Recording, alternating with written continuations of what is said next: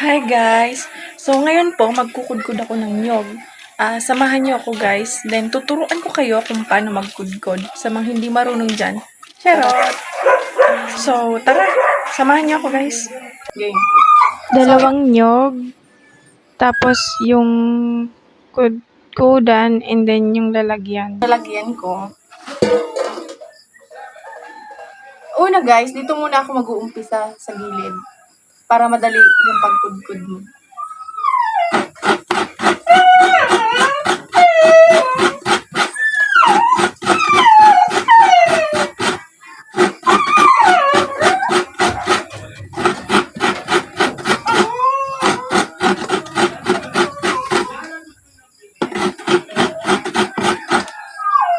So, ito na po.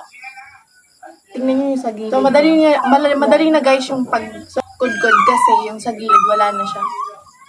So,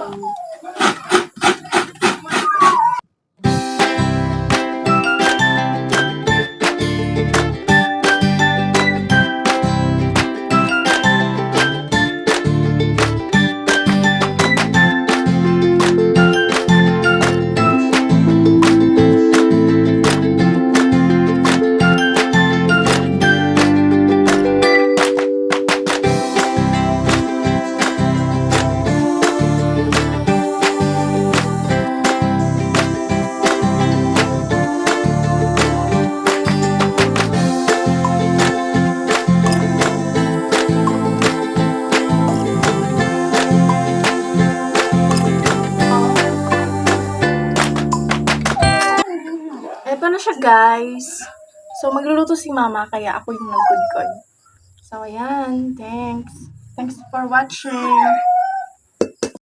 So, ito nga pala guys, huwag niyong itatapon kasi magagamit niyo pa to. Kung malaki yung panggatong na kahoy, ito yung gamitin niyo.